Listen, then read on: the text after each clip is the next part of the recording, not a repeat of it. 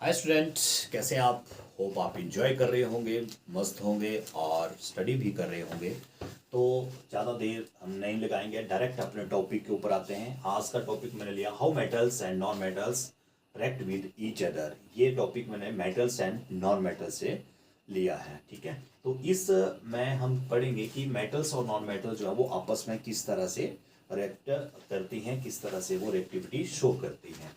तो यहाँ पे इस टॉपिक पे जाने से पहले थोड़ा सा मैं रिकॉल करूंगा आपकी क्लास 9th का टॉपिक है, दैट इज इलेक्ट्रॉनिक कन्फिग्रेशन, है ना। इलेक्ट्रॉनिक कन्फिग्रेशन, इसमें आपको इसको हम हिंदी में क्या बोलते हैं, इलेक्ट्रॉनिक विन्यास बोलते हैं, है ना।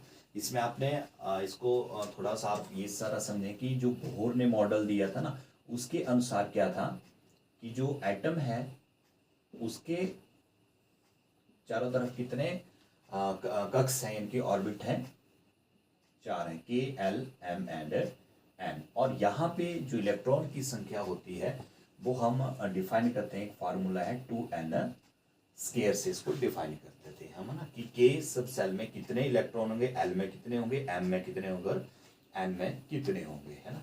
तो यहाँ पे इस फार्मूले को हम लगाते हैं, तो यहाँ पे के की वैल्यू आपको होता है 1 होती है, एल की 2 होती है, एम की 3 है और एन की 4 है। ये मैं थोड़ा आपको फास्ट बता रहा हूँ क्योंकि आप 9th क्लास में इसको कर चुके हैं। तो यहाँ पे 2n स्केयर का फार्मूला लगाएंगे इसमें, जहां n जो है दैट इज 1 2 3 एंड 4 वैल्यू जो उसकी आएगी।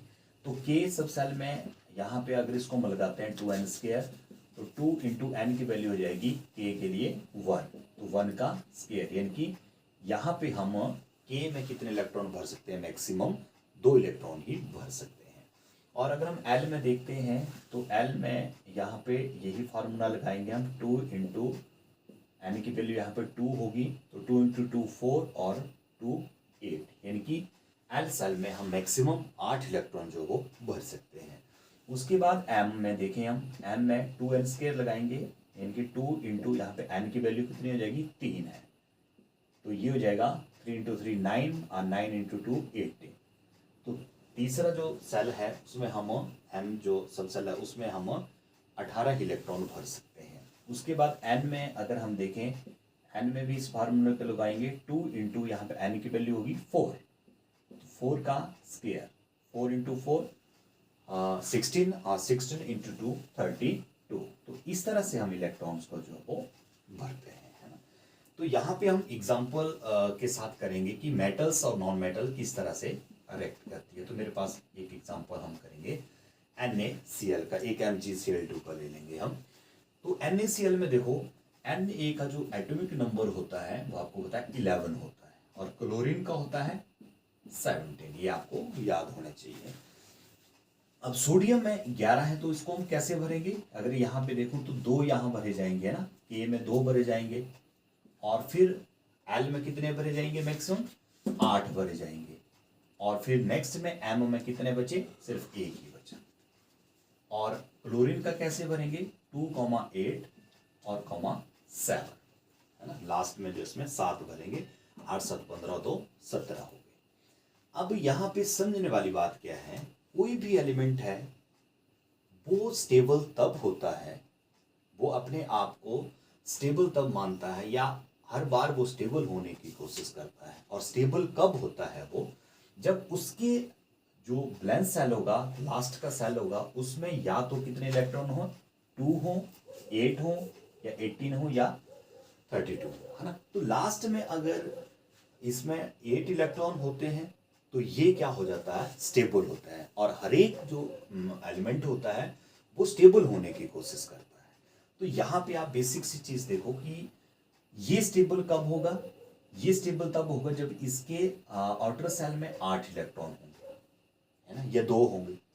तो यहाँ पे अगर आप देखें कि एक इलेक्ट्रॉन को अगर ये दे देता है, इसको, इसको, है ना, एक इलेक्ट्रॉन अगर इसको ये दे देता है क्लोरीन को, तो इसके भी कितने हो जाएंगे, 8 हो जाएंगे, इसके भी 8 हो जाएंगे, और इसके भी लास्ट में 8 हो जाएंगे, यानी कि दोनों जो है वो स्टेबल हो जाएंगे, ठीक है।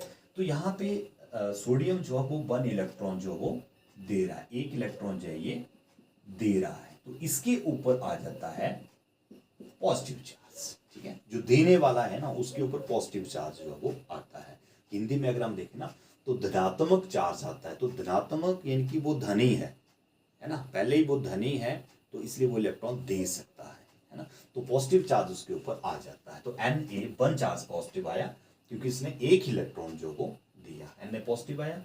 अब सेकंड में यहाँ पे क्लोरीन का क्या हुआ, क्लोरीन ने क्या किया, एक इलेक्ट्रॉन लिया है, तो ये हो गया ऋणी, है ना, ऋणात्मक। अगर हिंदी में बात करें ऋणात्मक, तो ये हो गया ऋणी, यानी कि इसके ऊपर आ गया नेगेटिव, और एक इलेक्ट्रॉन लिया इसने तो इसके ऊपर आ गया नेगेटिव चार्ज, ठीक है।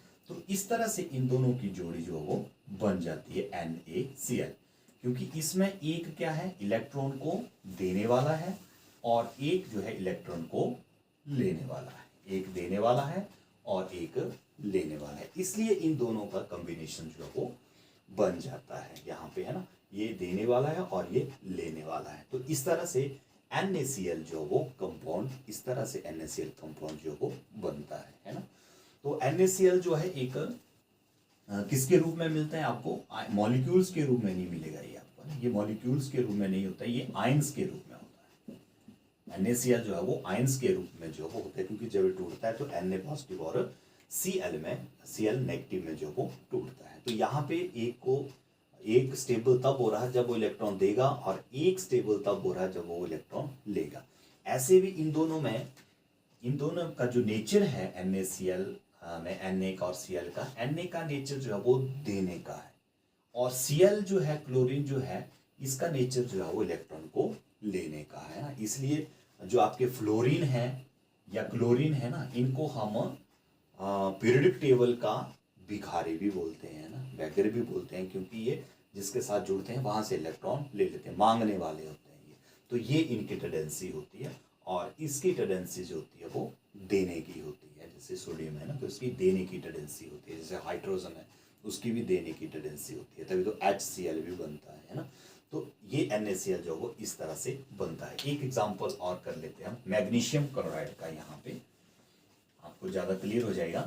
मैग्नीशियम क्लोराइड में भी आप देखो MgCl2 में अगर आप देखें, मैग्नीशियम का एटॉमिक नंबर होता है 12 और इसको हम भरेंगे कैसे, 2 8 और लास्ट में 2 बच गए, है ना।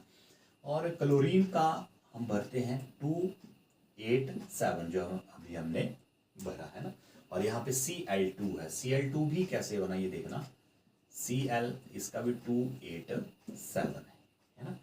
तो यहाँ पे इसके पास कितने थे, इसकी जो बैलेंसी थी मैग्नीशियम की वो कितनी थी, 2 है, और क्लोरीन की जो बैलेंसी है इसको सिर्फ कितना इलेक्ट्रॉन चाहिए, 1 इलेक्ट्रॉन चाहिए इसको।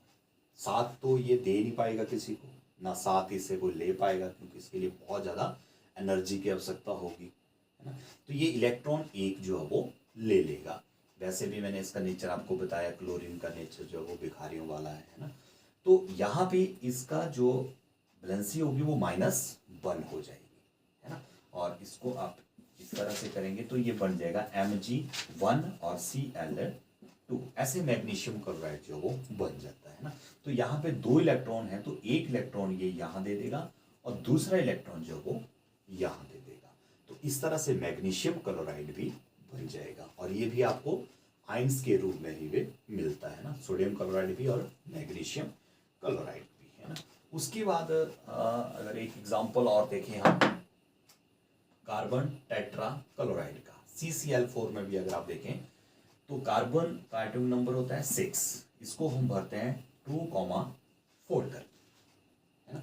और यहाँ पे इसकी जो बैलेंसी बन जाती है वो 4 बन जाती है, और इसको स्टेबल अगर होना है तो इसको या तो 4 इलेक्ट्रॉन देने पड़ेंगे या 4 इलेक्ट्रॉन लेने पड़ेंगे, ठीक है। तो इसके साथ फिर क्लोरीन जुड़ गया, तो क्लोरीन जब इसके साथ जुड़ गया तो इसका आपको नेचर पता लग गया होना, क्योंकि क्लोरीन तो सबसे ज़्यादा टेंडेंसी जो वो रखता है इलेक्ट्रॉन को लेने की, है ना। तो यहाँ पे 2 8 7 बन जाएगा। तो इसके साथ अगर इसका हम फार्मूला देखें 9th क्लास में, ये जैसे हम बनाते थे, कार्बन की बैलेंसी हो गई 4, है ना, और क्लोरीन की बैलेंसी हो जाती है -1, तो इसको हम क्रॉस करेंगे तो ये बन जाएगी C1 है और CCl4 जो वो बन जाता है ना। तो CCl4 में जब हम इसको 4 बार लिखेंगे 2 8 7 2 8 7 2 8 7, तो ये 4 इलेक्ट्रॉन है, तो 4 ये यहाँ यहाँ और यहाँ 4 क्लोरीन को जो है ये अपने इलेक्ट्रॉन जो वो दे देगा और कार्बन टेट्राक्लोराइड जो वो बन जाएगा। ठीक है, तो इस तरह से जो है वो मेटल और नॉन मेटल जो वो आपस में रिएक्ट करते हैं। एक इलेक्ट्रॉन को देने वाला होता है और एक इलेक्ट्रॉन को लेने वाला होता है, तो इसलिए इनके बीच में इलेक्ट्रोस्टैटिक फोर्स जो है वो काम करती है। इलेक्ट्रोस्टैटिक फोर्स जो वो काम करती है, इलेक्ट्रॉन की आपस में इनमें शेयरिंग होती है और इलेक्ट्रोस्टैटिक फोर्स जो वो बनती है, और ये आयनिक कंपाउंड जो वो हम इनको बोलते हैं। ठीक है, तो लास्ट में हम करेंगे ये जो आयनिक कंपाउंड है, मैग्नीशियम क्लोराइड और ये हमने सोडियम क्लोराइड देखा, तो इसकी प्रॉपर्टीज क्या होती है। ये भी पेपर में क्वेश्चन आता है, बहुत बार आता है, आपके बोर्ड का जो पेपर होता है उसमें आता है कि what are the different properties of ionic compounds. तो आयनिक कंपाउंड्स देखो, एक तो मैंने बताया कि इसमें क्या होता है, इलेक्ट्रोस्टैटिक फोर्स होती है, अभी बताया मैंने इलेक्ट्रोस्टैटिक फोर्स होती है, तो ये स्ट्रॉन्ग फोर्स होती है। तो स्ट्रॉन्ग फोर्स के साथ ये आपस में जुड़े होते हैं और इसके कारण ये क्या होते हैं, हार्ड होते हैं और सॉलिड भी होते हैं। और जब इनके बीच में इलेक्ट्रोस्टैटिक फोर्स ज़्यादा है, बहुत ये एक दूसरे के साथ जो वो जुड़े हैं, अट्रैक्टिव फोर्स में जो बहुत ज़्यादा है, तो नेचुरली इनको तोड़ने के लिए हमें इनको ज़्यादा टेम्परेचर जो वो देना पड़ता है ना। तो इसलिए इनका जो मेल्टिंग पॉइंट है एंड बॉइलिंग पॉइंट है वो भी क्या होगा, हाई होगा। ठीक है, बहुत ज़्यादा मेल्टिंग और बॉइलिंग पॉइंट होगा, क्योंकि इस इलेक्ट्रोस्टैटिक फोर्स को तोड़ना मुश्किल होता है ना। तो ये सेकंड प्रॉपर्टीज होगी इसकी।